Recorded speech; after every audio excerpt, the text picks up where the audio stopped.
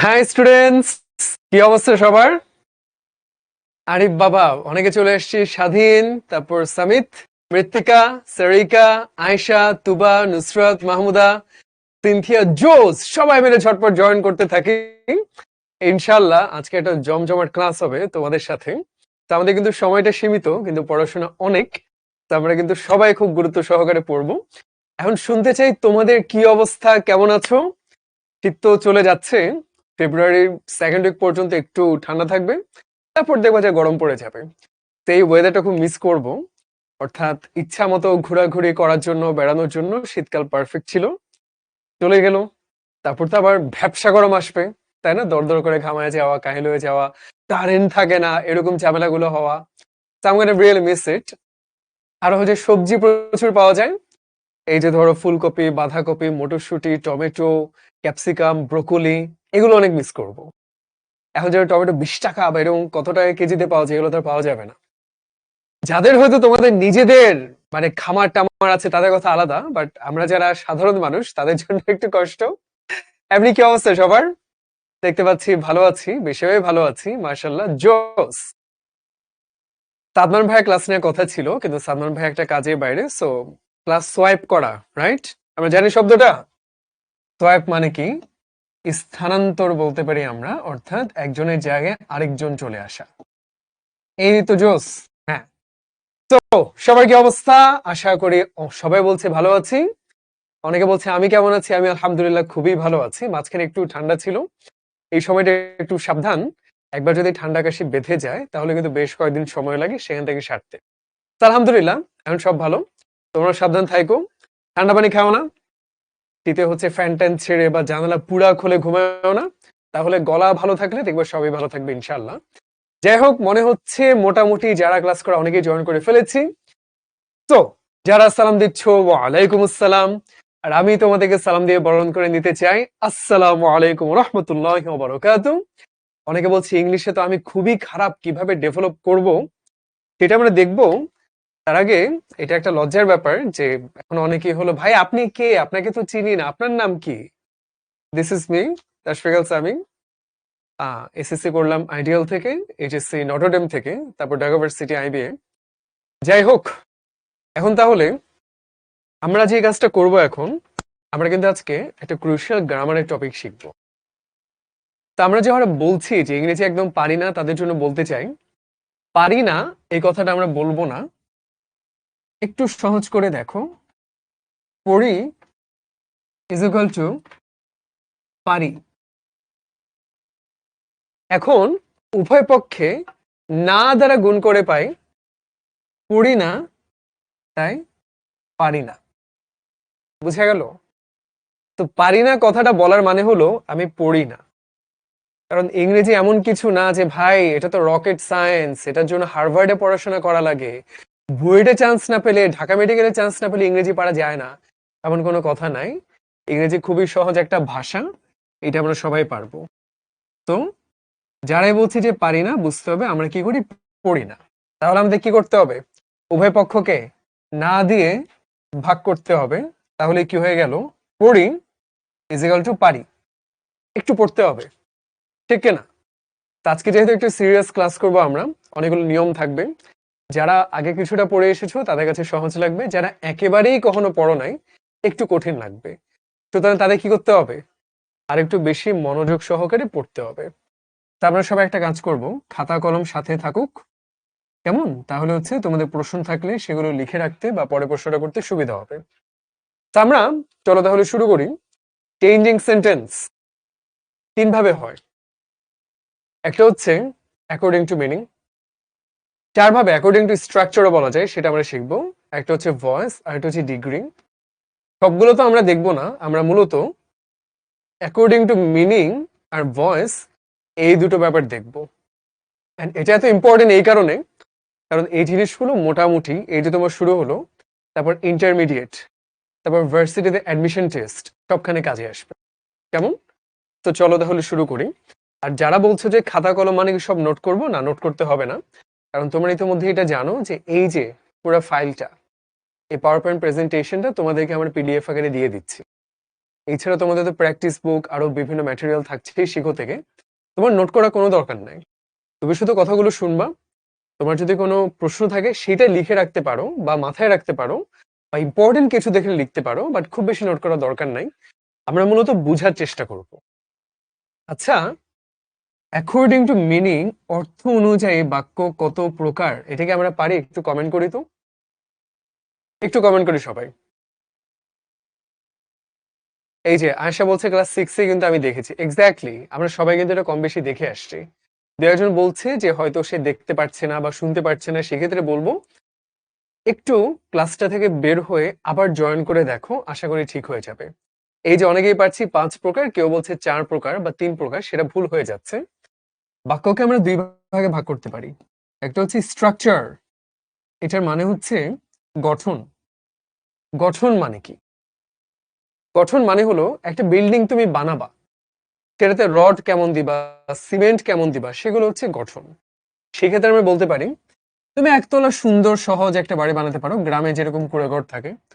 তুমি ডুপ্লেক্স বাড়ি বানাতে পারো, আবার তুমি পুরো অ্যাপার্টমেন্ট ফ্ল্যাট বাড়ি বানাতে পারো, তাই না?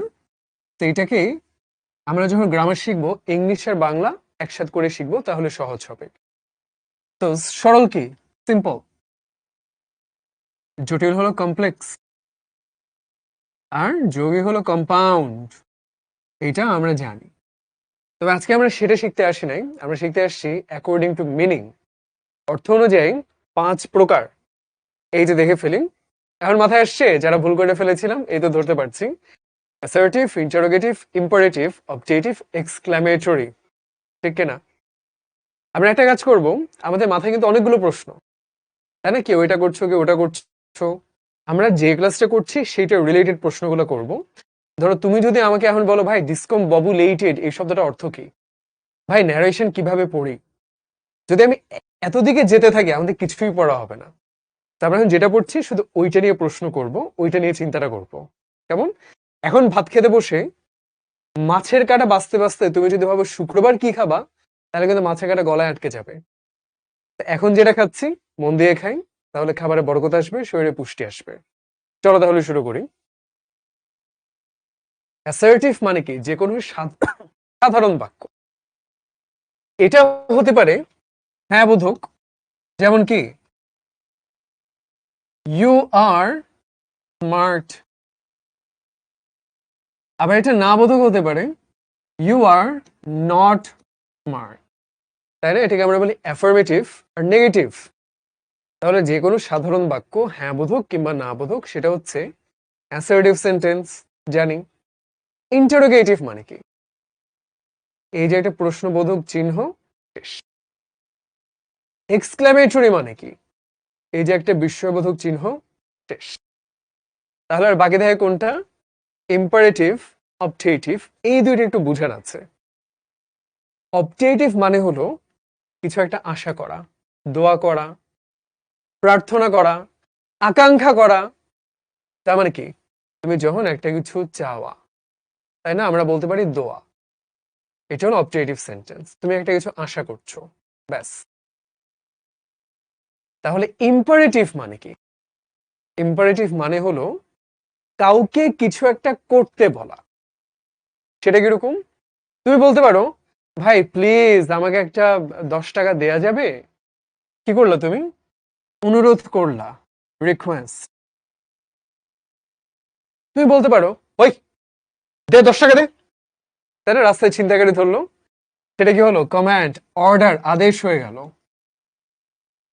তোমার মা তোমাকে বললো রাতের বেলা বাইরে যাস নে, নিষেধ করলো, ফরবিড, ঠিক না?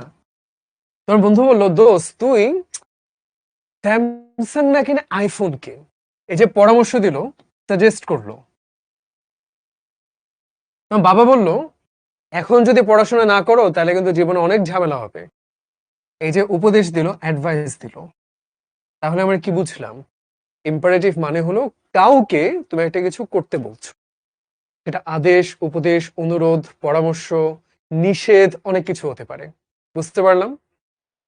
তাহলে এই যে দেখো, অর্থ অনুযায়ী বাক্য 5 প্রকার পুরোটাই কিন্তু আমরা বুঝলাম, ঠিক কিনা? একজন বলছে চাওয়া বানান ভুল হয়েছে, কোথায় ভুল? এই যে এই বিন্দুটা ছোট হয়েছিল বেশি। আচ্ছা, যাই হোক। আচ্ছা, শ্যালের পাস্ট ফর্ম কি? উম্মে অনেকক্ষণ প্রশ্ন করছে। শ্যাল এবং উইল দুইটা আমরা পাস্ট ফর্মে উড হিসাবেই লিখি, কেমন? কিন্তু সেটা অন্য একটা ডিসকাশন, আমরা এই ক্লাসে ওই বাইরের প্রশ্নগুলো না আনি, ঠিক আছে? তো অনেকে থাকবে তারা করে কি, এই মুহূর্তে ক্লাসে 800 স্টুডেন্ট, এর মধ্যে মিনিমাম 30 জন 50 জন থাকবে, তারা পুরাটা ব্যাখ্যা করে বলার পর বলবে ভাইয়া আবার বুঝান। আমার কোনো সমস্যা নেই বুঝাতে, কিন্তু সমস্যাটা কি জানো? ক্লাসের টাইমটা তো লিমিটেড। তা আমি যদি একটা ব্যাপার বারবার বুঝাতে যাই, তখন কি হবে? 30 জনের জন্য বাকি 770 জন যারা আছে তাদের সময়টা কিন্তু নষ্ট হবে। তো এই জন্য আমরা যেটা চেষ্টা করব, কঠিন টপিক হলে আমি নিজে থেকে বুঝাবো, আর সর্বাবস্থায় আমরা একটু অ্যাটেন্টিভ বেশি থাকবো। এবং যদি কোনো কারণে তুমি বুঝতে পারো নাই, কোনো সমস্যা নাই, কারণটা কি? রেকর্ড ক্লাস, তুমি 100 বার কেন 1000 বার ইচ্ছা দেখতে পারবা, তাই না? তো যদি তোমার মনে হয় একটা পয়েন্ট বুঝো নাই, বলবা, আমি সময় সুযোগ পেলে অবশ্যই ব্যাখ্যা করব। যদি না পারি, মন খারাপের কিছু নাই, কারণ তুমি আবার দেখতে পারবা, তাই না? একই জিনিস বারবার ব্যাখ্যা করার কিছু নাই। চলো তাহলে, এই যে একটা বোকা প্রশ্ন করছে, এটা বোর্ড বইয়ের কত পেজ? গ্রামারের বোর্ড বই কোনটা আছে আমাকে একটু বলো, তারপর আমার বোর্ড বইয়ের কত পেজ সেটা আমরা একটু দেখবো। ওকে, এটা তার ইংলিশ ফার্স্ট পেপার টেক্সট বই না, সো এখানে বোর্ড বইয়ের কিছু নাই, এখানে ওইটা তোমার ভাবার দরকার নাই। এগুলো সব বই একই টপিক। আমরা এই যে ধরো ট্রান্সফরমেশন, চেঞ্জিং সেন্টেন্সটা দেখবো। তার মানে কি? তার মানে হলো অ্যাসার্টিভকে কিভাবে ইন্টারোগেটিভ করে, বা অবজেক্টিভকে এক্সক্লামেটরি কিভাবে করে, এটাকে ওইটা কিভাবে বানায়, ওইটাকে সেটা কিভাবে বানায়, সেই জিনিসগুলো আমরা শিখবো। স্টার্টিং উইথ অ্যাসার্টিভ কত প্রকার বলেছিলাম, মনে আছে? মনে আছে? 2 প্রকার, একটা হচ্ছে হ্যাঁ বোধক বাক্য, একটা হচ্ছে না বোধক বাক্য, রাইট? তো চলো আমরা একটু দেখি। এগুলো নোট করা দরকার নাই, কারণ সবগুলো পয়েন্ট লিখে দেয়া আছে, তাই না? সো তুমি শুধু ইয়া আল্লাহ বলে মন দিয়ে ক্লাসটা করবা, তোমাদের রায়হান ভাইয়ের মতো, তাইলেই হবে। চলো দেখি। এই যে দেখো, সুন্দর করে কিন্তু এখানে লিখে দেয়া আছে।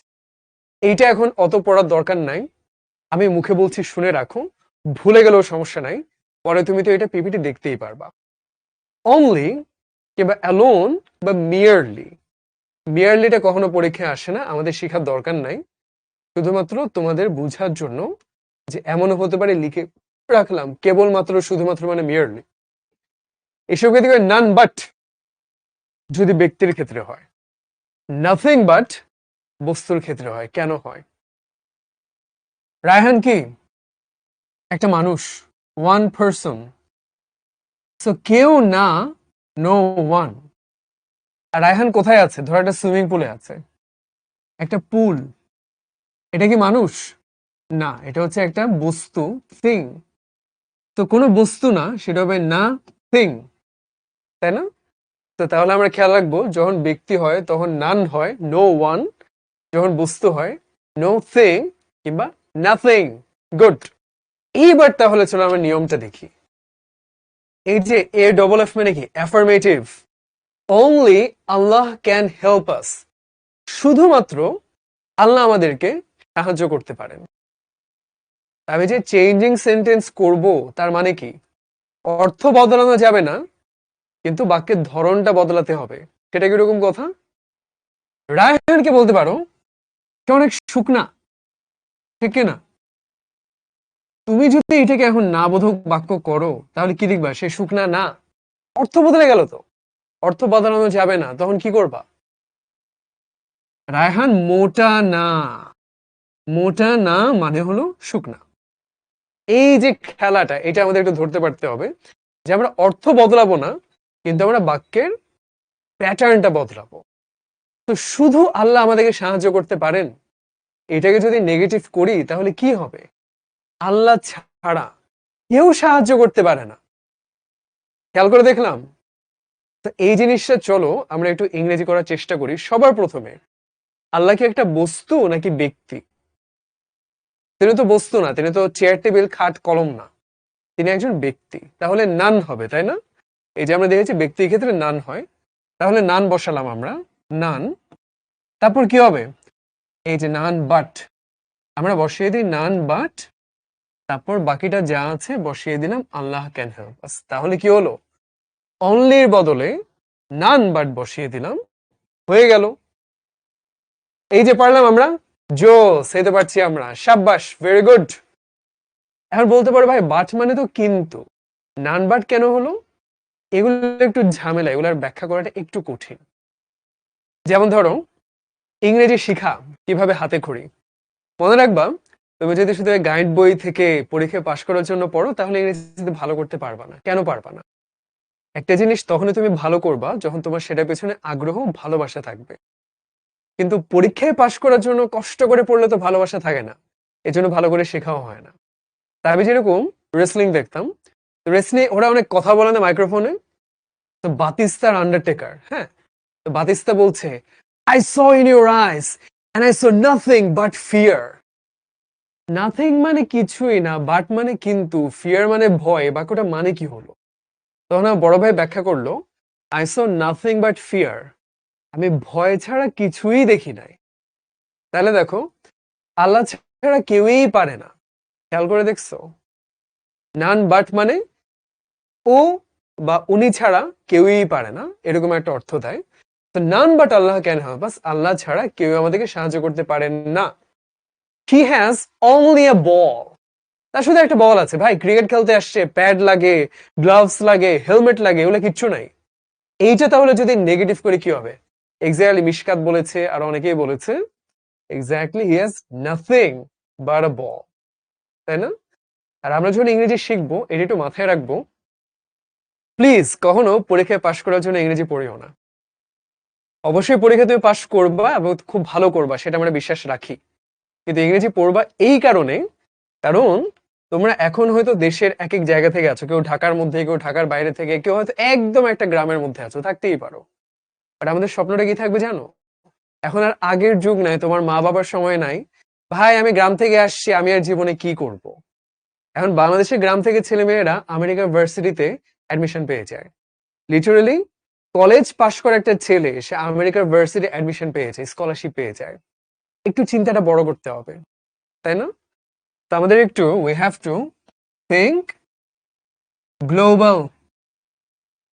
এবং তুমি যদি পুরো পৃথিবীর সবগুলো দেশের কথা চিন্তা করতে চাও, কোন ভাষাটা তোমাকে সবার কাছে পৌঁছে দিবে? ইংলিশ। এখন এই যে তুমি একটা বাংলাদেশের গ্রামের ছেলে কিংবা একটা মফস্বলের মেয়ে, তুমি আমেরিকায় বা অস্ট্রেলিয়া বা কানাডায় পড়তে যেতে চাও, উনি কি তোমাকে চিনে? উনি তোমাকে দেখেছে কখনো? তোমার মা বাবা কাউকে চিনে? কিচ্ছু চিনে না। তাহলে কিভাবে চিনবে? এই যে তুমি তাদেরকে মেইল করবা, তাই না? সেখানে তোমার ডকুমেন্টস থাকবে। তারপর তুমি এসওপি লিখবা। এসওপি মানে কি? Statement of purpose. তুমি কেন পড়তে যেতে চাও? তুমি বিদেশে গিয়ে যে আস্তে করে পালায় যাবা না, পড়াশোনা বাদ দিয়ে রাস্তায় ট্যাক্সি চালাবা না, সেটার ব্যাখ্যা কি? তুমি সুন্দর করে ব্যাখ্যা করে বলছো। তারপর এলওআর কিংবা এলওআই এগুলো থাকে, হ্যাঁ, লেটার অফ রেকমেন্ডেশন। তুমি যে অনেক ভালো একটা ছেলে মেয়ে, এটা তোমার টিচাররা বলবে। টিচার এত সময় নেই নিজে নিজে লিখবেন এটা, তুমি নিজে লিখবা, টিচারকে দিয়ে সাইন করাবা। এই যে এই জিনিসগুলো তুমি সুন্দর করে দিবা, সেটা ওই আমেরিকার প্রফেসর পড়বে, পড়ে বলবে, আরে এই ছেলেটা তো অনেক জোস, খুব সুন্দর করে লিখস। তার মানে উনি তোমাকে চিনে না, তুমি কোত্থেকে আসো কিচ্ছু জানে না, তোমার মা বাবা 14 গোষ্ঠী কাউকেই দেখে নাই কখনো।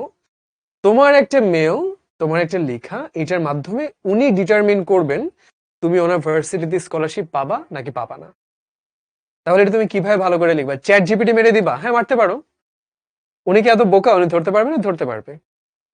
তো যারা হলো এগুলো ভালো করে লিখতে পারে, যারা কমিউনিকেট করতে পারে, তারা সবসময় ভালো করে। তো তুমি যদি একটা স্কিল শিখতে চাও, আমি এটাই বলবো, খালি পরীক্ষায় পাশ করার জন্য ইংরেজি না পড়ে, ইংরেজিটা ভালো লিখতে পারা আর ভালো বলতে পারা, এই দুইটা শিখতে হবে।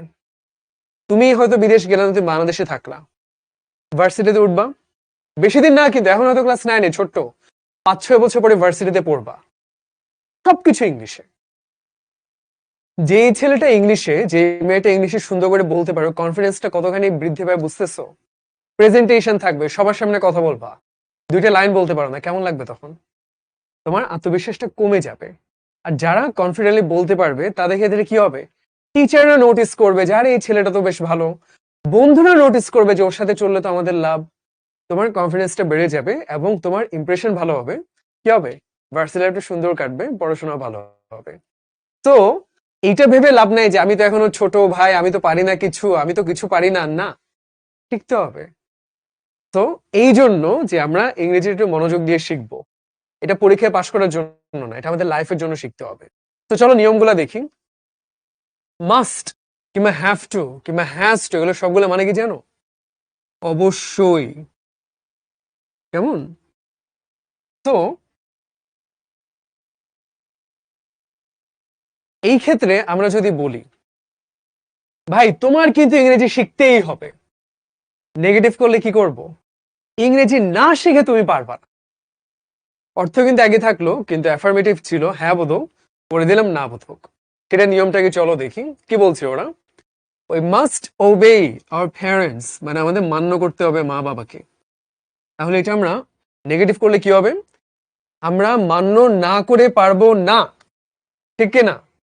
এই যে উপরে ফর্মুলা লিখে দেওয়া আছে, সব একই থাকবে, কিন্তু শুধু মাস্ট কিংবা হ্যাভ টু বা হ্যাজ টু যেটা ছিল সেটা জায়গায় হয়ে যাবে ক্যান নট, বাট তার সাথে মূল ভার্ব, অথবা ক্যান নট হেল্প তার সাথে ভার্বের সাথে আইএনজি। আমি ব্যাখ্যা করে বলছি ব্যাপারটা।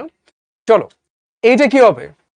উইয়ের জায়গায় থাকবে, মাস্টের জায়গায় ক্যান নট বাট হবে, তারপর ভার্বের মূল ফর্মটা বসে যাবে, ওবেই থাকবে। আগে যা হলো হয়ে গেল। এই যে মূল ভার্ব বলতে কি বোঝানো হচ্ছে জানি আমরা? ভার্বের বেস ফর্ম। এটার মানে কি? এই যে ধরো ইট, এটা কি ভার্বের প্রেজেন্ট ফর্ম, ঠিক কিনা? কিন্তু তুমি যদি লেখো হি, তখন হয়ে যাচ্ছে হি ইটস। এটাও কিন্তু প্রেজেন্ট ফর্ম, কিন্তু এটা বেস ফর্ম আর থাকলো না। কেন? তুমি একটা কিছু যুক্ত করেছো। একদম মূল ভার্বটা কোনো কিছু যুক্ত করো নাই, তুমি আইএনজি যুক্ত করো নাই, তুমি এস কিংবা ইএস যুক্ত করো নাই, সেটা হলো বেস ফর্ম কিংবা মূল ভার্ব। তো ক্যান নট বাট যখন বসাচ্ছি আমরা, তারপরে কি হবে? এই যে বাটটাও বি দিয়ে, বেসটাও বি দিয়ে, এইভাবে মনে রাখবো ক্যান নট বাটের পরে সবসময় ভার্বের বেস ফর্ম বসে। আবার তুমি চাইলে ক্যান নট হেল্প বসাতে পারো, সেক্ষেত্রে কি ভার্বের সাথে আইএনজি যুক্ত হবে। একটু আমরা এটা খেয়াল রাখবো। এবং খুব বিখ্যাত একটা গান আছে, can not help falling in love with you. গানটা line, wise man say only full false in love, মানে জ্ঞানী মানুষেরা বলে শুধু বোকারাই প্রেমে পড়ে, but I can't help falling in love with you. কিন্তু আমি তোমার প্রেমে না পড়ে থাকতে পারছি না, আমি প্রেমে পড়ে যাচ্ছি। প্রেমে পড়ে যাচ্ছি কন্টিনিউয়াস টেন্স না, যে পড়ে যাচ্ছি ধীরে ধীরে প্রেমে। এই যে ভার্বের সাথে তখন কি হবে? আইএনজি যুক্ত হবে। We cannot help obeying our parent. তার মানে কি শিখলাম? Must, have to, has to, অবশ্যই। এটা যদি অর্থ দেয় আমরা করব, এটা না করে পারবো না মানে কি? Can not but base form, অথবা ক্যান নট হেল্প ভার্বের সাথে আইএনজি। এই তো জোস, আমরা শিখে ফেললাম। তা আমাদের সুন্দর মতো নিয়মগুলো শেখা হচ্ছে, এবং আমরা যে 100টা নিয়ম শিখবো তা না, আমরা পরীক্ষায় যেগুলো ইম্পর্টেন্ট, যেগুলো শিখলে আমরা ইনশাল্লাহ পরীক্ষা ভালো করে পার করে আসতে পারবো, সেগুলো শিখছি। 3 নম্বরে চলো দেখি, both and not only but also. তার মানে কি বলছে এটা? Both Dolon and Dola were excited. Excited মানে কি? আমরা কি পারি বাংলাটা একটু লিখিত? এবং আমরা কিন্তু ভোকাবুলারিও শিখিয়েছি, এগুলো নোট করতে পারো, কারণ হচ্ছে এগুলো তো মানে আমরা জানি না, এখন নতুন করে শিখছি। হ্যাঁ, ভোকাবুলারি নোট করবা। এক্সাইটেড, অ্যাজিটেটেড, দুইটার মানেই কিন্তু উত্তেজিত, কিন্তু দুইটার মধ্যে একটা পার্থক্য আছে, সেটাকে আমরা জানি। এক্সাইটেড মানে হলো when you are happy, আরে ভাই মেসি বাংলাদেশে খেলতে আসবে, আমি এক্সাইটেড।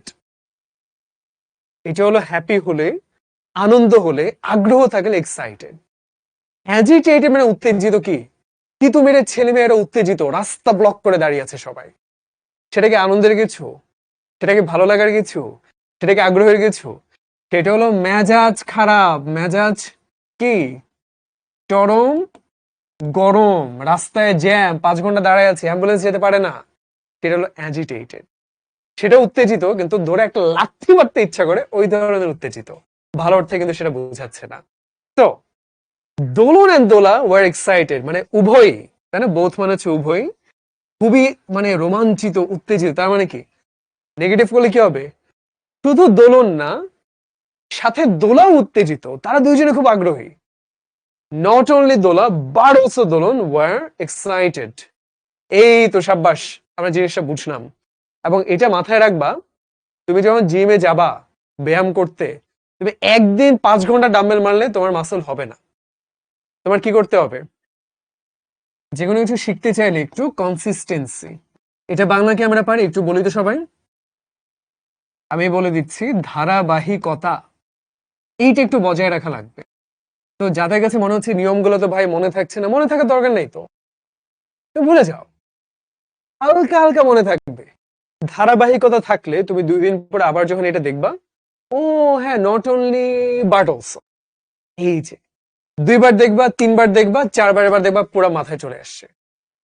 এই জন্য কখনো প্রেশার নিতে হয় না। তুমি একটু এই কষ্ট করে এই ব্যাপারটা মাথায় রাখবা যে তোমার যদি এইটা সিলেবাস থাকে, প্লিজ তোমার কতখানি টাইম আছে মাথায় রাখো। পরীক্ষার 2 দিন আগে পুরোটা হজম করার চেষ্টা করলে কিচ্ছু হজম করতে পারবা না। বাট তোমার এখন ধরো যে 5 মাস সময় আছে, তুমি হিসাব করবা প্রথম মাস এইটুকু, দ্বিতীয় মাস এইটুকু, তৃতীয় মাস এইটুকু, তারপর চতুর্থ মাস এইটুকু। এখন সিস্টেমেটিক ওয়েতে চলে আসলো, পরিমাণটা অল্প অল্প হলো। এটা কখন পসিবল? যখন তোমার কনসিস্টেন্সিটা থাকছে। সেটা না করলে কি হচ্ছে জানো? তোমার 4 সপ্তাহে এই পরিমাণ হয়ে যাওয়ার কথা, কিন্তু তুমি পড়ো নাই, মানে 4 মাসে, লাস্ট মাসে তোমার পুরোটা একসাথে পড়তে হচ্ছে, তখন তুমি পারবা না। তা আমরা প্রেশার নিব না, আমরা পড়া জমিয়ে রাখবো। আমরা প্রতি সপ্তাহেরটা, প্রতি ক্লাসেরটা একটু সিরিয়াসলি পড়বো, তাহলে তোমার কাছে ইংরেজি অনেক সহজ লাগবে। চলো তাইলে নেক্সট নিয়মে যাই। আচ্ছা, অন্তর ভাই ইজ ভেরি জেন্টল। আরে বাবা, যে হাসি দিছে, তাই না? একদম হাতটা এমন করে বসে, তাহলে এটা কি হবে? অন্তর খুব ভালো একটা ছেলে, তাই না? এখন আমরা 2 ভাবে করতে পারি এটা। আমরা এখন কি করব? নেগেটিভ ইন্টারোগেটিভ করতে পারি। তার মানে কি? অন্তর ইজ ভেরি জেন্টল। অন্তর কি জেন্টল না? তাই না? এটা বলা যেতে পারে। দেখো, ইজন্ট অন্তর ভেরি জেন্টল? অন্তর কি ভালো ভদ্র ছিলেন না? তার মানে তুমি এভাবেও করতে পারো, আবার এভাবেও করতে পারো। অন্তর ইজ নট, তারপর কি জেন্টলের বিপরীত কি? বেয়াদব, তাই না? বেয়াদব কি করতে পারি আমরা? অনেক কিছুই বলতে পারি। আমরা কি বলতে পারি এটার ইংরেজি কি হতে পারে? একটা হতে পারে ইল ম্যানার্ড, হতে পারে অ্যারোগেন্ট, আর কি হতে পারে? মাথায় আসে কিছু? ননসেন্স? আসলে হয় না। রুড, সাব্বাস, খুব সুন্দর একটা শব্দ বলছো, রুড। একেবারেই সে বেয়াদব না, তাহলে কি হবে? Is not rude at all. তাহলে বিপরীত করে দিলাম, অন্তর খুবই ভদ্র। বিপরীত করলে কি? অন্তর একেবারেই অভদ্র না। তো এটা হচ্ছে একটা উপায়। অথবা তুমি চাইলে প্রশ্নবোধক বানাতে পারো, আরো সিম্পল, ইজ এন অন্তর ভেরি জেন্টল। তোমার এটার অ্যান্টোনিম জানা কোনো দরকারই নাই। তোমার যদি বেয়াদব ইংরেজি মাথায় না আসে, কোনো সমস্যা নেই, প্রশ্নবোধক করে দিবা। তাহলে সিম্পল, রাইট? এখন একটু সিম্পল লাগছে, এখন আমরা একটু হাসতে পারি অন্তরে, বলবো না? জোস। তাহলে চলো সামনে আগাই আমরা। আরে বাবা, who is this? Look at him. এ তো, এরা হচ্ছেন AR7, তাই না? এনামুল রেহান 7। সাব্বাস, গুড। দেব বলছে বাক্য কিভাবে বুঝবো? অ্যাফার্মেটিভ। অ্যাফার্মেটিভ মানে কি? হ্যাঁ বোধক বাক্য। যেখানে না বোধক কিছু নাই, নো, নাথিং, নেভার, নট, এগুলো নাই, সেটাই হ্যাঁ বোধক বাক্য। বেশিরভাগ বাক্য হ্যাঁ বোধক বাক্য, তাই না? চলো দেখি আমরা এখন কি করব। প্রশ্নবোধক কিভাবে করতে হয়, অর্থাৎ এনাম ভাই প্লেস ফুটবল, এটাকে আমরা প্রশ্নবোধক বানাবো। আমরা কি পারবো জিনিসটা করতে? একটু চেষ্টা করি তো, সবাই একটু কমেন্ট করি, তারপর আমি বলছি।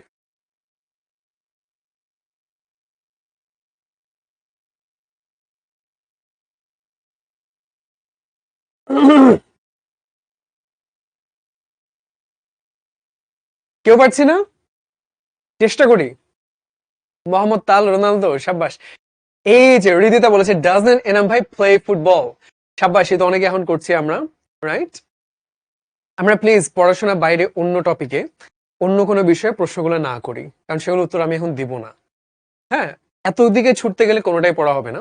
তাহলে দেখো, এই ব্যাপারটা মাথায় রাখবা। আমরা যে ট্যাগ কোয়েশ্চেন পড়ে আসছি আরো ছোটবেলাতে, বা এখন হয়তো পড়ছি, এখানে কি থাকে? হি ইজ স্মার্ট, এই যে একটা হ্যাঁ বোধক বাক্য। তাহলে এইখানে হ্যাঁ বোধক হলে আমরা প্রশ্নটা করতাম না বোধক। এটা তো আমাদের মনে আছে। তাহলে কি হয়ে যাবে? ইজন্ট হি, তাই না? আমরা সবসময় এটা শিখে আসছি। অর্থাৎ প্রশ্নবোধকের ক্ষেত্রে এইটা পজিটিভ হলে প্রশ্নটা হবে নেগেটিভ, এইটা নেগেটিভ হলে প্রশ্ন হবে কি? পজিটিভ। এই যে চলো দেখি, এনাম ভাই প্লেজ ফুটবল। প্লেজ মানে কি? আমাদের কোনো অক্সিলারি ভার্ব আছে? অক্সিলারি ভার্ব গুলা কি? এম, ইজ, আর, শ্যাল, কোনোটা এখানে নাই। যেহেতু নাই, তাহলে আমাদের তো একটা বি ভার্ব লাগবে প্রশ্নবোধক করতে হলে। তখন কি করব আমরা?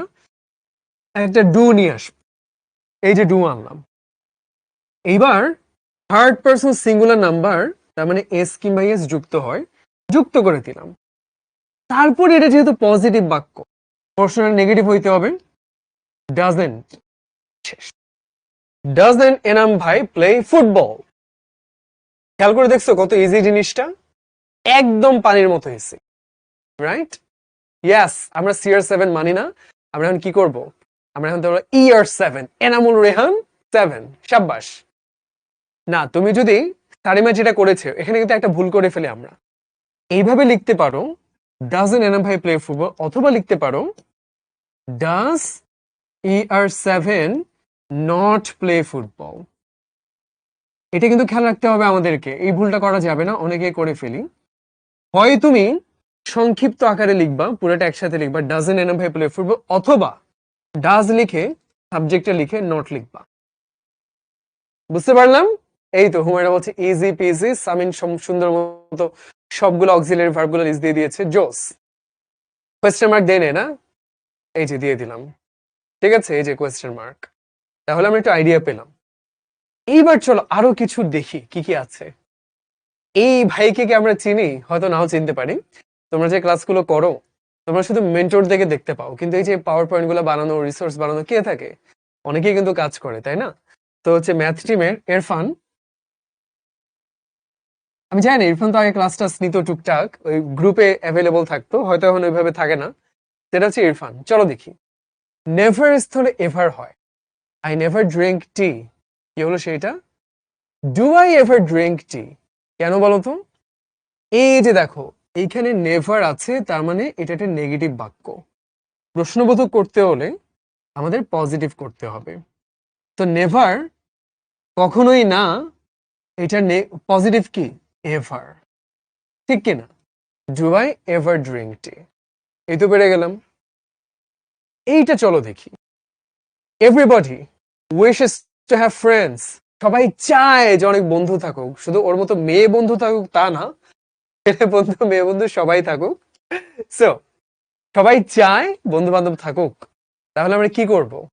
খেয়াল করে দেখো, এইটা কিন্তু একটা পজিটিভ বাক্য, আমাদের কিন্তু একটা নেগেটিভ কিছু দিয়ে প্রশ্নবোধক বানাতে হবে। Who doesn't wish to have friends? এই তো সাব্বাস, who doesn't wish to have friends, এই তো আমরা পারছি জিনিসটা। ঠিক কিনা? তো এভরিবডি, এভরিওয়ান, অল যদি থাকে, আমরা হু বসাবো।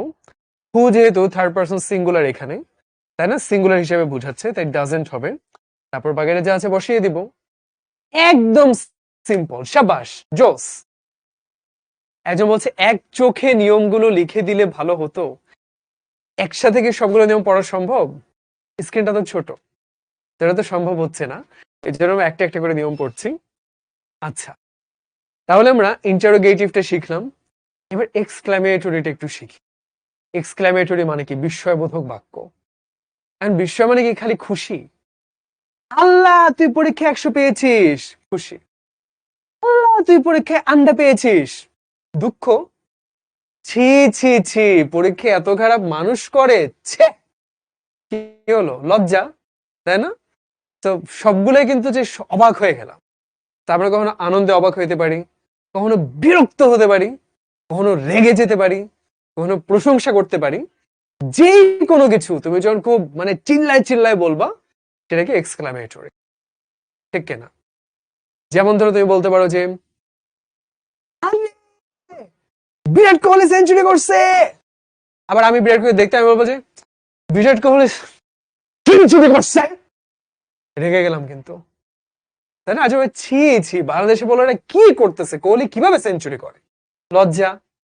তার মানে কি, সবাই কিন্তু চিল্লায় চিল্লায় বললাম কিন্তু অনুভূতিটা আলাদা। এই ব্যাপারটা আমরা খেয়াল করে দেখব।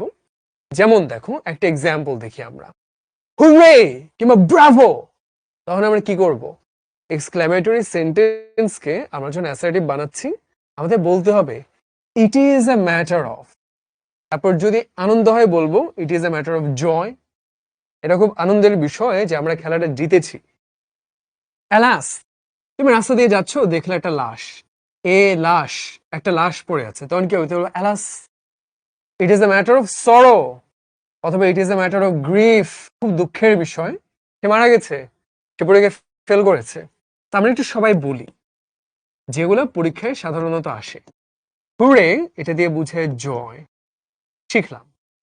অ্যালাস দিয়ে বুঝে সরো কিংবা গ্রিফ, সেটাও বুঝলাম। এরপর তোমরা একটু বলো ফাইন, এটা দিয়ে কি বুঝায়, একটু কমেন্ট করি। হুম, তারপর ব্রাভো, এখানে তো ব্রাভো দেখলাম জয়, ব্রাভো দিয়ে আর কি বুঝায় এটা একটু কমেন্ট করি। পারবো আমরা? আশা করি পারবো। গ্রিফ মানে কি? গ্রিফ মানে হচ্ছে শোক, মানে কঠিন দুঃখ, দুঃখে তুমি কাইত হয়ে গেছো, এটা হলো গ্রিফ। সাদামাটা লজ্জা না। ধরো তুমি রাস্তা দিয়ে যাচ্ছিলা, একটা কাক তোমার মাথার উপর হাগু করে দিল, সবাই হেসে ফেললো, বা তুমি কলা ঘষে পিছলা খেয়ে পড়ে গেলা, বা তোমার প্যান্টটা ফেটে গেল সবার সামনে, এইটা কিন্তু গ্রিফ না। এটা হয়তো তুমি একটু দুঃখ পাইলা, সবাই হাসছে। গ্রিফ মানে হলো যে ভাই তোমার একদম আপন কেউ মরে গেছে, খুব দুঃখের বিষয়, তুমি কান্না করতেছো, সেটা হলো গ্রিফ। তো ফাই মানে কি? আমরা বলতে পারি শেম, আমরা বলতে পারি ডিসগাস্ট, বাট শেমটা দিলে সেফ। কেমন? ডিসগাস্ট মানে হচ্ছে ঘৃণা, সে মানে হচ্ছে লজ্জা। ব্রাভো মানে কি? ব্রাভো মানে হতে পারে অ্যাপ্লড, কিংবা ধরো যে কমেন্ট, মানে সোজা বাংলায় হলো অ্যাপ্রিশিয়েট করা। কেমন? যে তুমি খুব মানে গর্বের একটা কিছু করছো, ব্রাভো। এই তো আমরা পারছি, সাব্বাস, জোস। আমরা বলছে ভাই আপনি একটু সরে দাঁড়ান, আমি একটু সরে দাঁড়ালাম, আরাম করে দেখো।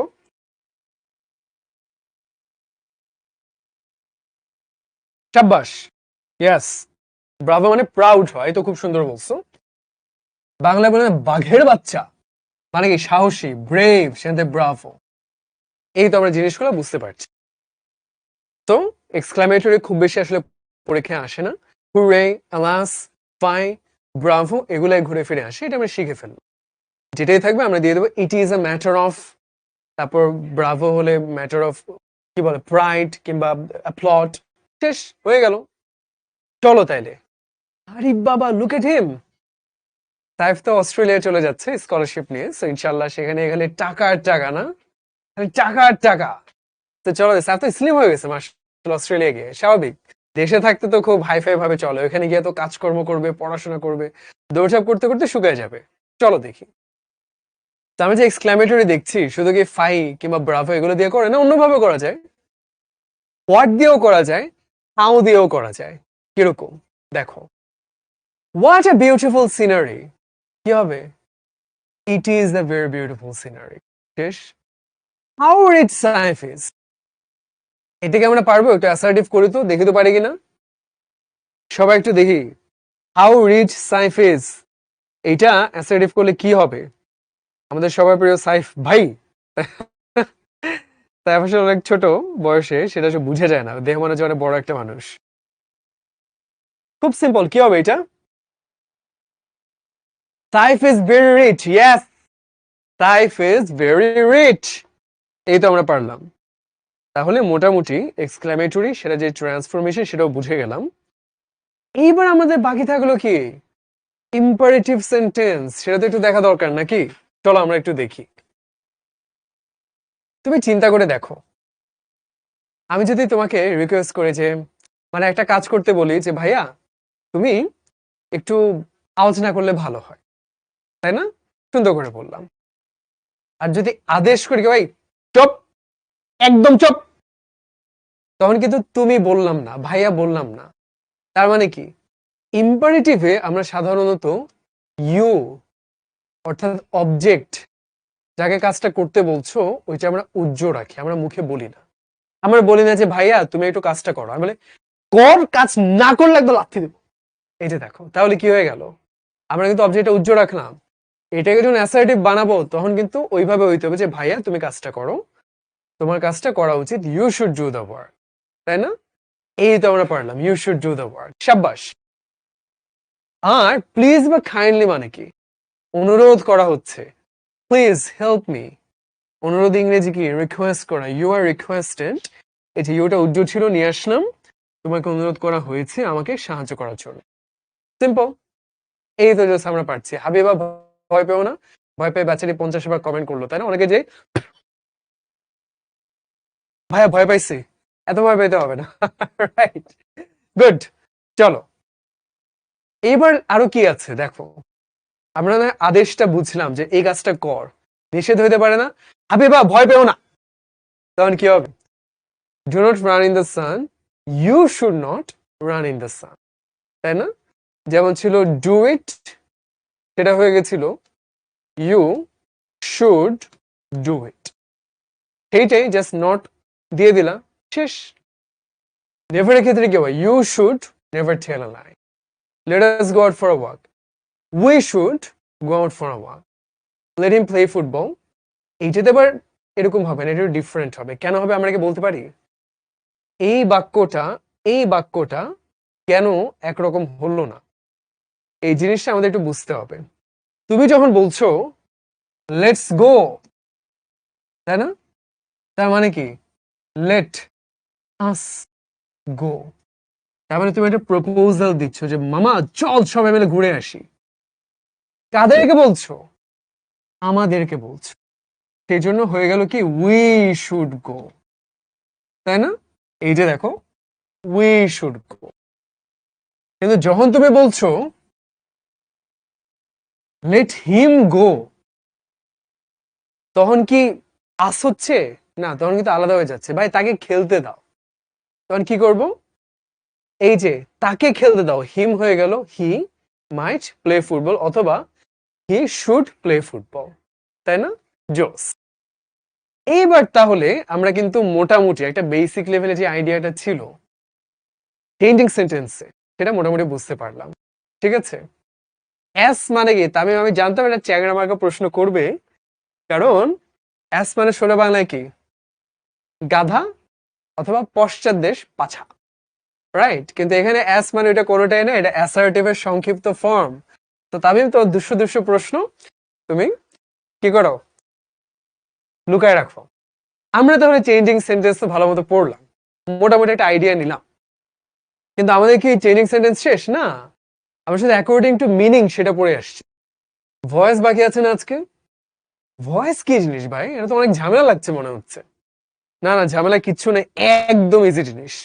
পারি আমরা, আশা করি পারি। চলো একটু দেখি কি বলা যেতে পারে। সে মশাকে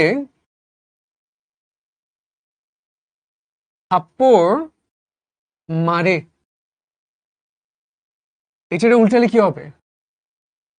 মশা, এই যে মশা থাপ্পড়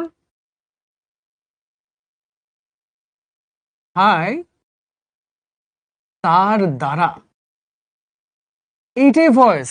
এটা বুঝলে আর কিচ্ছু লাগবে না, এটা বুঝলে আমাদের ভয়েস হয়ে গেছে, ডান।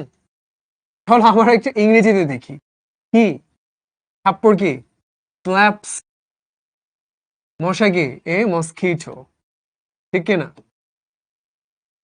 এইবার যদি আমরা প্যাসিভে নিয়ে আসি, এই যে মশা আগে চলে আসছে না, তাহলে হয়ে যাবে এ মশা বা এ মস্কিটো থাপ্পড় খায়। তার মানে কি হবে বলতো? পারি আমরা? দেখো এক্ষেত্রে যেটা হবে একটা বি ভার্ব যুক্ত হবে, মশা যেহেতু সিঙ্গুলার আর এটা প্রেজেন্ট টেন্সে কি হবে ইজ, একটা অক্সিলারি ভার্ব তাই তো। এরপরে V3 বসবে, স্ল্যাপের V3 কি স্ল্যাপড। এরপরে বাই যুক্ত হবে, দিলাম বাই, লাস্টে কি হবে এই যে সাবজেক্টটা ছিল এই সাবজেক্টটা অবজেক্টিভ রূপে বসবে বাই মি। শেষ, তোমার ভয়েস চেঞ্জ শেষ। শেষ না, এত সহজে আমাদের মনে থাকবে না, আমাদের প্র্যাকটিস করতে হবে এবং বিভিন্নভাবে জিনিসটা শিখতে হবে। সো আমরা এটা শিখবো, কিন্তু আমরা একটু মাথায় রাখবো। আবারও যদি বলি, একটু সুন্দর করে একটা এক্সাম্পল দিই, বলা যেতে পারে সে কি খায়, কি খেতে ভালো লাগে আমাদের, কাচ্চি খায়, ঠিক আছে ধরো কাচ্চি, সে কাচ্চি খায়। এইটাকে যদি আমরা প্যাসিভ করি কি হবে, কাচ্চি তার দ্বারা খাওয়া হয়, তাই তো। এটাই তো আমাদের অ্যাক্টিভ প্যাসিভ, এটা তো আমাদের মানে বুঝতে হবে জিনিসটা। চলো ইংরেজি করি, কি ইটস কাচ্চি, জোস। এবার যদি প্যাসিভ করি, এবার আমরা সবাই একটু মন দিয়ে দেখি। কাচ্চি তার দ্বারা খাওয়া হয়, ইংরেজি করলে কি করব আমরা, এই যে এখানে লাস্টে অবজেক্টটা ছিল শুরুতে নিয়ে আসলাম কাচ্চি, তারপর আমি কি বললাম, এই যে অবজেক্টটা শুরুতে আসলো, তারপর কি করব একটা অক্সিলারি ভার্ব কিংবা বি ভার্ব দিব। যেহেতু এটা প্রেজেন্ট টেন্সে আছে, কাচ্চি একটা সিঙ্গুলার জিনিস, সেটা কি হবে ইজ। তারপর কি বললাম V3 দিব এই মেইন ভার্বের, ইটের V3 কি ইটেন।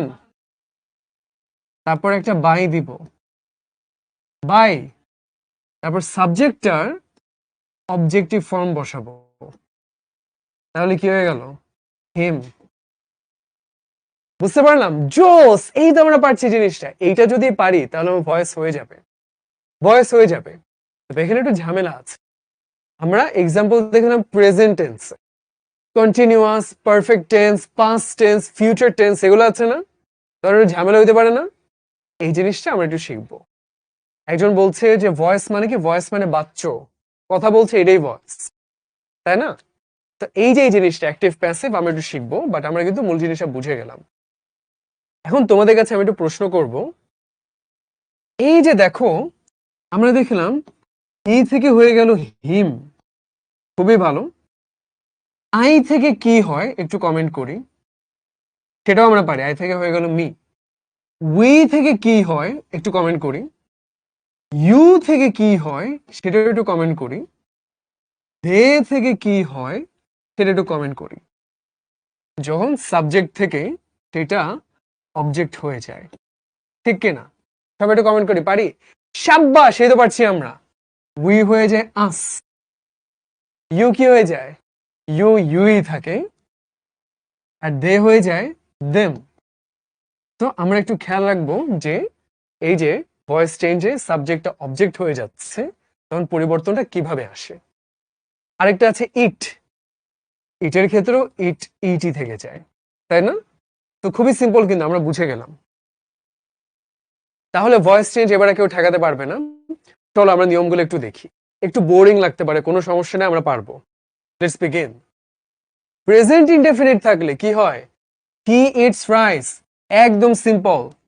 এই যে আমরা শুরুতে বসাই দিলাম রাইস, অবজেক্টের শুরুতে চলে আসলো, তারপর এটা বি ভার্ব বসানোর কথা, প্রেজেন্ট টেন্সে আছে, রাইস হলো থার্ড পারসন সিঙ্গুলার, সেটার সাথে ইজ বসে, ইট এর V3 হলো ইটেন, তারপরে একটা বাই বসবে।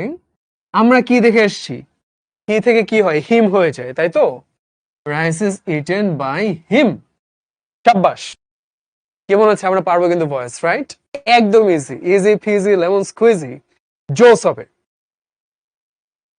এবার তাহলে আরেকটু জিনিস ভেবে দেখি, আমরা প্রেজেন্ট টেন্সে শিখলাম, পাস্ট টেন্সে কি হইতে পারে, কি হবে, কিচ্ছু হবে না, ইজের জায়গায় ওয়াজ হবে, শেষ। চলো দেখো, এই যে পাস্টের ক্ষেত্রে দেখো, আই এট রাইস, পাস্ট টেন্সে rice was eaten by me. তার মানে একেবারে ইজি কিন্তু, ঠিক না? এই যে হচ্ছে ভয়েস কত প্রকার, দুই প্রকার, এই যে অ্যাক্টিভ ভয়েস, প্যাসিভ ভয়েস, শেষ। এইটাই তোমার ভয়েস চেঞ্জ, এটাই যদি একটু মাথায় রাখতে পারো তোমার ভয়েসকে আটকাইতে পারবে না। কি মনে হইলো? একদম ইজি না? জোস। তাহলে আমরা প্রেজেন্ট টেন্সের ক্ষেত্রে ব্যাপারটা বুঝলাম, পাস্ট টেন্সের ক্ষেত্রেও দেখলাম।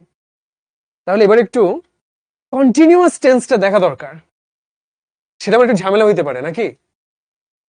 তাকে বলছে mosquito it slap by me, এটা একটু এলোমেলো হয়ে গেল না? মানে আমাদের স্ট্রাকচারটা মেনটেন করি, তাই না? ওই যে আমরা অবজেক্টের শুরুতে আনবো, তারপর একটা বি ভার্ব বসাবো, তারপর ভার্বে V3 বসবে, তারপর বাই বসবে, ওইটা মেনটেন করি, তাহলে সুন্দর হবে।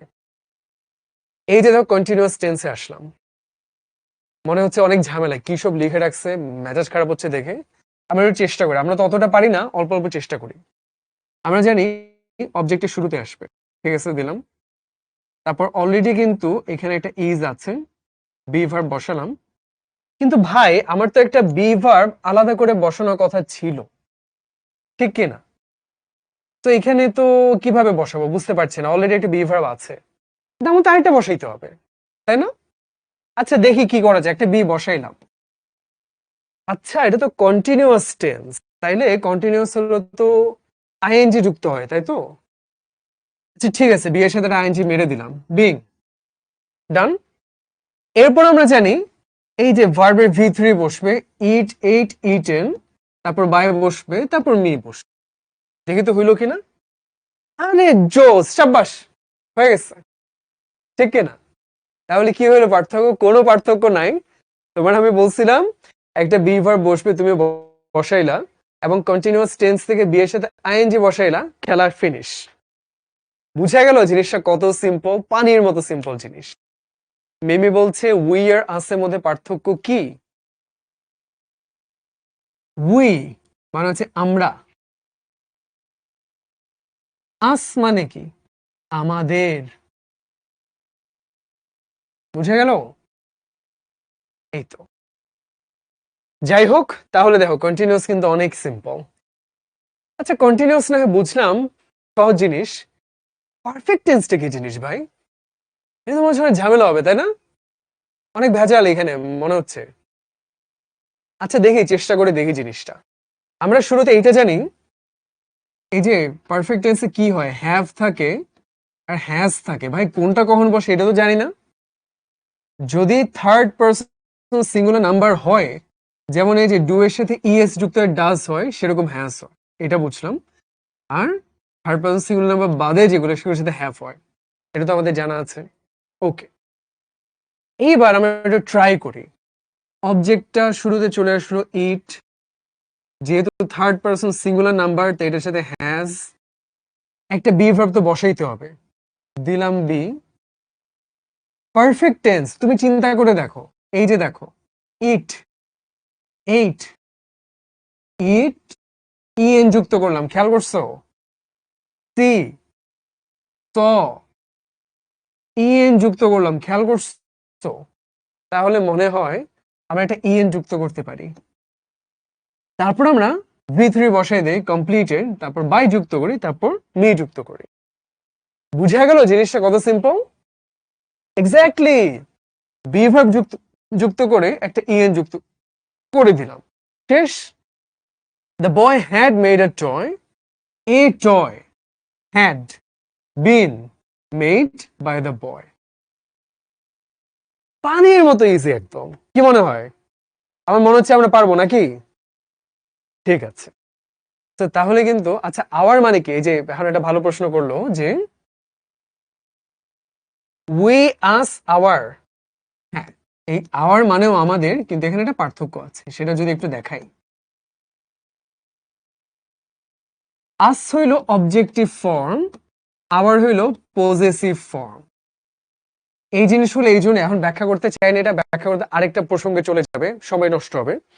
যেমন ধরো তুমি যদি বলো এই কলমটা আমার, আমাদের, তখন কি হবে? It is our pen. Possessive মানে কি? পজেশন মানে কি? দখল। এই কলমটা আমার দখলে আছে, ইট ইজ আওয়ার পেন, ঠিক কিনা? অবজেক্টিভ মানে কি? কর্ম মানে কি? সে আমাদেরকে থাপ্পড় মারছে, হি স্ল্যাপড আস। এটাও কিন্তু আমাদের, কিন্তু দুইটা কিন্তু আলাদা অর্থ দিচ্ছে, বুঝতে পারছি? আস মানে হলো অবজেক্টিভ হিসাবে তোমার উপর একটা কাজ করা হয়েছে, টিচার আমাদের পরীক্ষায় ফেল করাইছে, হি ফেলড আস। তিনি আমাদের মিষ্টি দিয়েছেন, he gave sweetmeat to us, objective. আর আমার হলো পজেসিভ, যে এটা আমাদের সম্পত্তি, এটা আমাদের কলম। বুঝা গেল? জোস।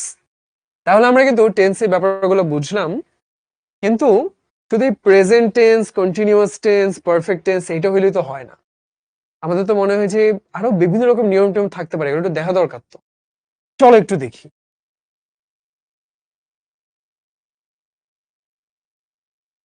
আচ্ছা, মডাল ভার্ব কি জিনিস আমরা কি জানি? শ্যাল, উইল, ক্যান, কুড, মে, এর বাদে আর কি আছে মডাল ভার্ব? একটু চেষ্টা করি তো, মাথায় আসে কিনা,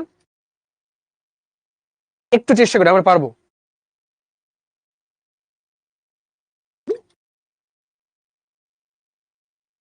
তানভীর বলছে হ্যাভ হ্যাজ কখন বসবে, এটা কিন্তু অনেকবার বলে আসছি। কি বলে আসছিলাম? থার্ড পারসন সিঙ্গুলার নাম্বার হলে হ্যাজ বসে, শেষে এস, ঠিক যেরকম থার্ড পারসন সিঙ্গুলার নাম্বার হলে ডাজ বসে। আর থার্ড পারসন সিঙ্গুলার বাদে যেগুলো আছে প্রেজেন্ট টেন্সে, সেক্ষেত্রে হ্যাভ বসে। যেমন কি I have, you have, we have, আর হি হ্যাজ। বুঝা গেল? আচ্ছা, মডাল ভার্ব কি আমরা কি পারলাম? যে ও টু, তারপর হ্যাঁ শুড, মাইট, সাব্বাস, এই তো পারছি।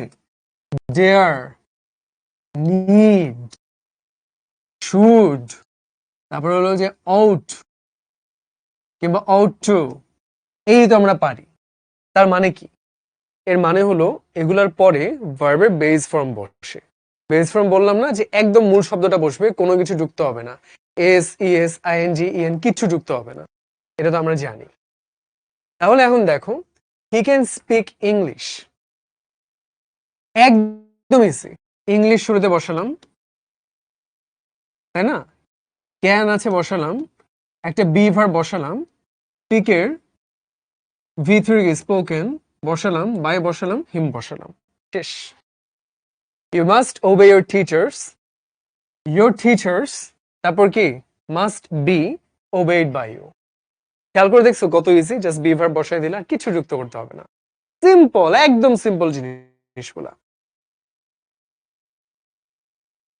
আরো একটা ঝামেলা আছে, একটা মজার ব্যাপার। আমরা কি রিফ্লেক্সিভ ভার্ব এই জিনিসের নাম শুনে এসছি? রিফ্লেক্সিভ প্রোনাউন, একটু বলি তো এটা কি জিনিস, আমরা কি কোনো আইডিয়া আছে কিনা?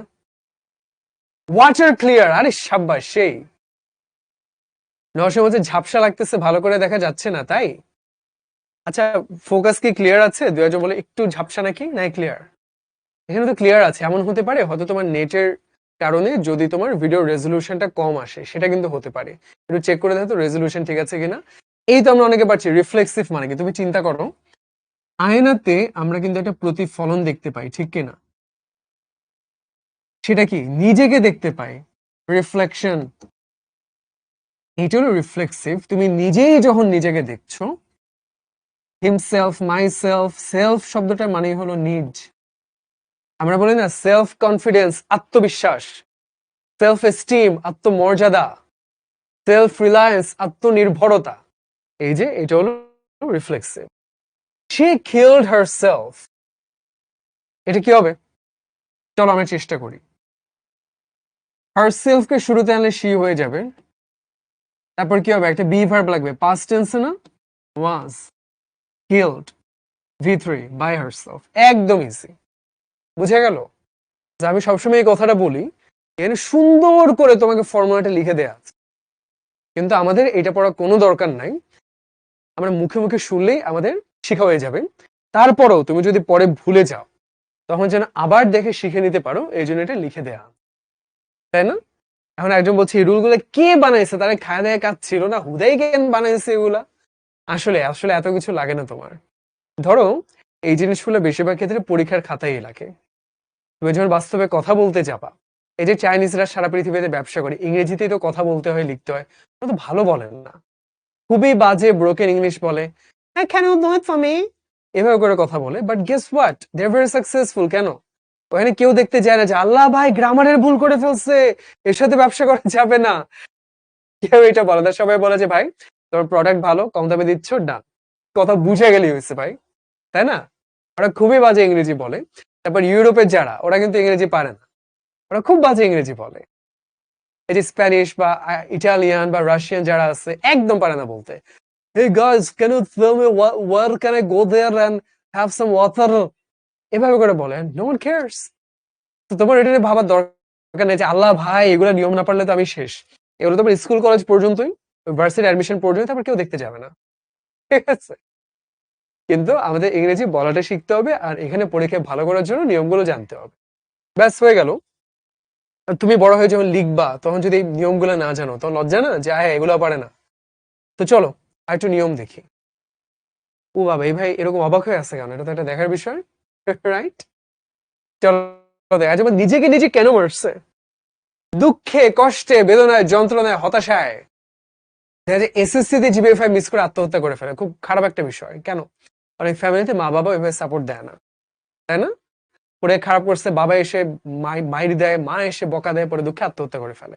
এটা কখনো করা যাবে না। কখনো যদি এরকম খুব মন টন খারাপ হয়, বলবা আশেপাশে ভাইয়া আপু যারা আছে বা বন্ধু বান্ধব বা আমাদেরকে মেসেজ দিয়ে হইলেও বলবা, কিন্তু এরকম পাকনামি বোকামি কখনো করবা না, কেমন? চলো লাস্টে, who did it, interrogative sentence. আল্লাহ কি লিখে রাখছে এত ব্যাখ্যা করে, চলো একটু দেখি। হু, এইটা কিন্তু সাবজেক্টিভ ফর্মে। হু মানে হচ্ছে কে, তাই তো? যেমন হি মানে হচ্ছে সে। অবজেক্টিভ ফর্ম কি হবে? হি থেকে হয়ে যায় হিম। একটা এম যুক্ত করলাম না এটার সাথেও, হু এর সাথে হুম, কাহার। হিম মানে কি? তাহার। এই তো হয়ে গেল হুম। করলাম। আর কি করতে পারি? কার দ্বারা এই কাজটা হয়েছে? দ্বারা ইংরেজি কি? বাই। বাই হুম।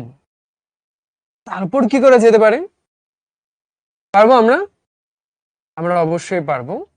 খেয়াল করে দেখ, একটা অক্সিলারি ভার্ব বসানোর কথা মনে আছে? পাস্ট টেন্সে ইট singular, by whom was it, তারপর do did done V3, by whom was it done. পারা গেল? একটু কঠিন লাগতে পারে, কঠিনে কিচ্ছু নাই।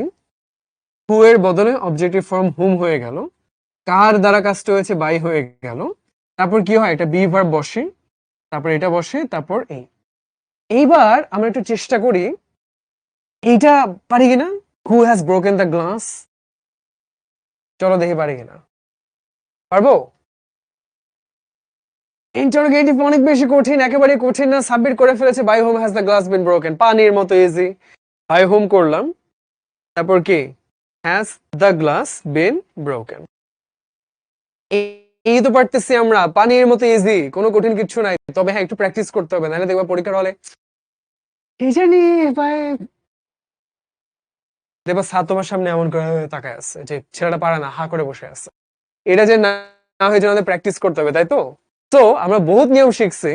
এত বলতে স্যার আরেকবার বুঝিয়ে দিলে ভালো হতো। আচ্ছা আরেকবার বলি, চলো। হু কি বলা যেতে পারে? আহ একদম simple, who broke it. Who broke my glass? আমার গ্লাস কে ভাঙছে? এটা কি হবে? আমরা কি পারি? একটু দেখি তো, একটু চেষ্টা করি, একটু চেষ্টা করি, তারপর আমি বলে দিচ্ছি।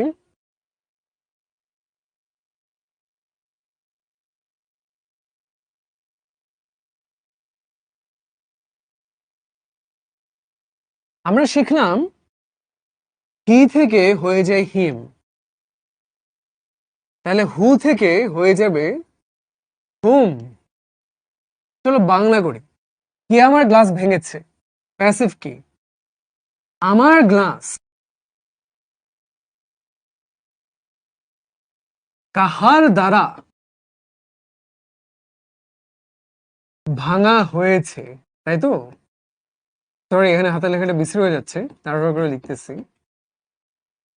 কাহার ইংরেজি কি? হু মানে হচ্ছে কে, আর হুম মানে হচ্ছে কাহার। কাহার দ্বারা, কাহার দ্বারা, বাই হুম। বুঝতে পারলাম? এরপর কি হবে? এরপর কি হবে? পারবো আমরা? গ্লাস সিঙ্গুলার একটা জিনিস, এটা বি ভার্ব কি হতে পারে? ইজ হবে মানে ওয়াজ হবে নাকি ওয়ার হবে?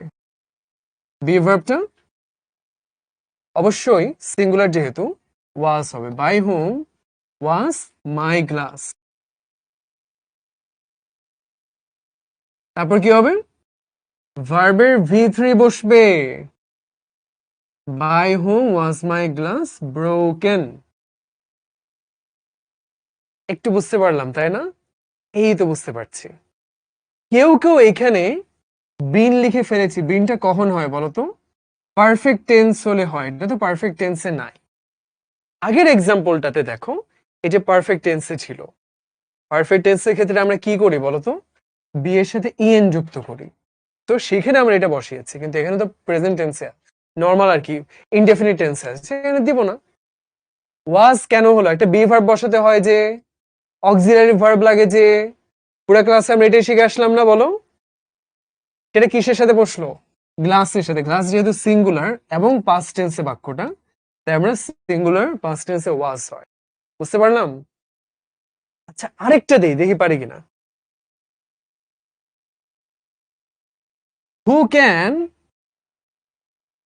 Bell the cat? দেখি তো এটা পারি কিনা। একটু কঠিন হয়ে যাবে তাই না? আমরা চেষ্টা করব, আমরা পারবো। বিড়ালের গলায় ঘন্টা বাঁধবে কে? চলো এটা কি করা যায় দেখি। আমরা শিখলাম বাই হুম বসে, ওকে জোস। তারপর কি বসবে? পারবো? দেখি, চেষ্টা করি, সবাই চেষ্টা করি। তারপর আমি তো আছি, বলে দিব, কোনো সমস্যা নাই।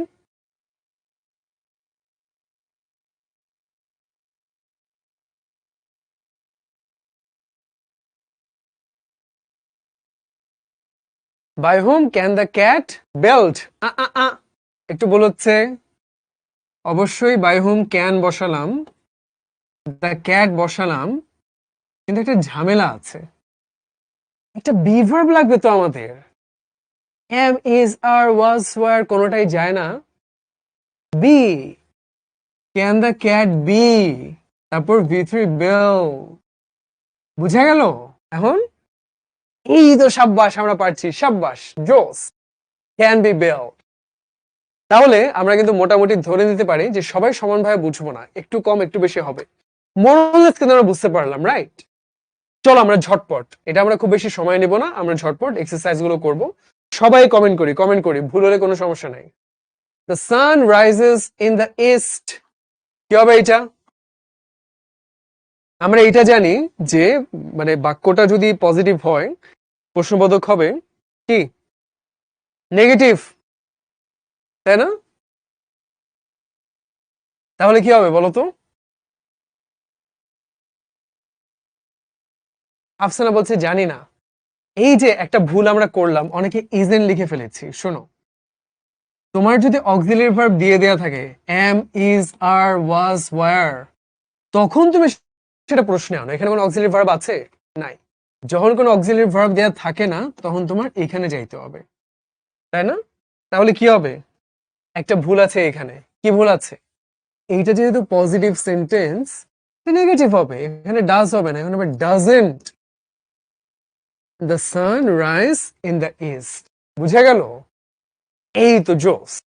The boy plays football, passive করতে হবে, কি হবে? ফুটবল। তারপর একটা অক্সিলারি ভার্ব ইজ, তারপর V3 প্লেড, তারপর বাইং, তারপর দ্য বয়। পারছি আমরা? জোস। এইটা সি নাম্বারটা সবাই একটু বলি, এটা কিন্তু উল্টা ভাবে দিল, যে তোমাকে প্যাসিভ দিয়ে দেওয়া আছে, অ্যাক্টিভ করো।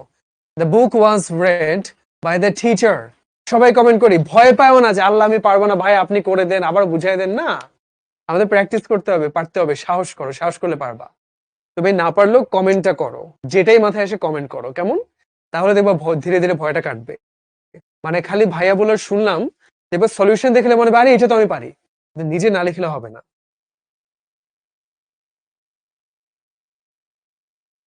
সাব্বাস, এই তো পারছি। দ্য টিচার রিড একটা মজা, এটা ধরো পাস্ট যা পাস্ট পার্টিসিপল সবই একই। রেড দ্য বুক, জোস। How sweet the music is, কি হবে? The music is very sweet, simple. A letter is written by her, কি হবে এটা? প্রেজেন্ট টেন্সে আছে, হার হয়ে যাবে শি। রাইটের পরে কি হবে? রাইটস, তাই না? A letter, she writes a letter. তাহলে যারা বলছে ভাইয়া আমার না ডর লাগে, অনেক ভয় পাই, পারতাম না, না না না, পারতে হবে, কমেন্ট করতে হবে। চলো চেষ্টা করি। হি ইজ আ ব্রেভ বয়, এই যে সাহসী হইতে হবে। একটু ভীতু যারা আছি, চেষ্টা করি।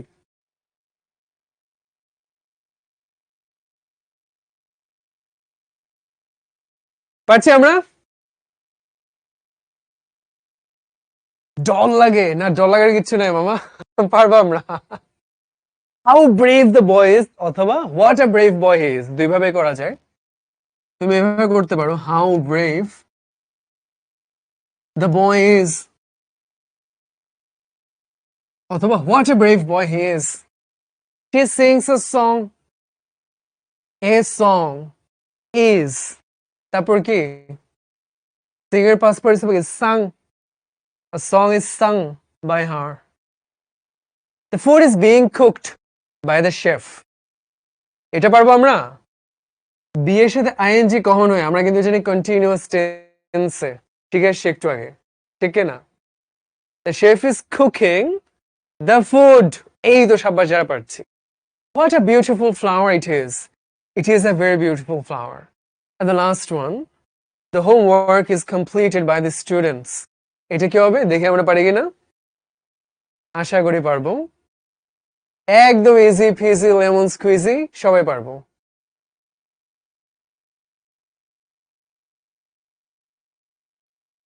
কি হবে?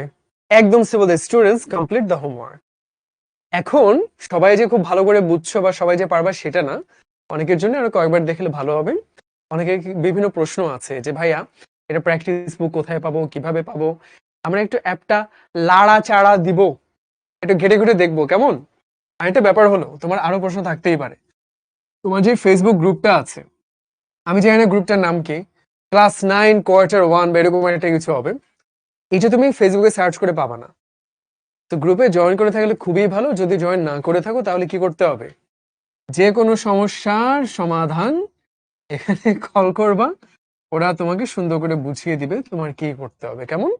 তো অবশ্যই কোনো প্রশ্ন থাকলে সেখানে কল করি, আর গ্রুপে জয়েন করলে গ্রুপে পোস্ট দিতে পারো যে প্র্যাকটিস বুকটা হয়তো পাইনি বা কোথায় পাবো, সেখানেও তোমাকে বুঝিয়ে দিবে। তো চিন্তার কোনো কারণ নাই, অ্যাপটাকে একটু লাড়া ছাড়া দিয়ে একটু শিখতে হবে, কেমন? তো যারা পারছি কিংবা পারি নাই, যারা চুপি চুপি ডরে ডরে ছিলাম কমেন্ট করি নাই, তাদের জন্য সবার জন্য হোমওয়ার্ক আগুন জ্বালাই দিলাম আমরা পুরা, ঠিক আছে? তো আমরা কি করবো, অবশ্যই অবশ্যই এটি স্ক্রিনশট তুলে আমরা পারলে আজকে 5 মিনিট লাগবে পোস্ট করতে, করে ফেলবো, না হলে কালকে। কিন্তু জমায় রাখলে কি খালি বাড়তেই থাকে, তাই না? তো আমরা করে ফেলি, স্ক্রিনশট নিয়ে ফেলি।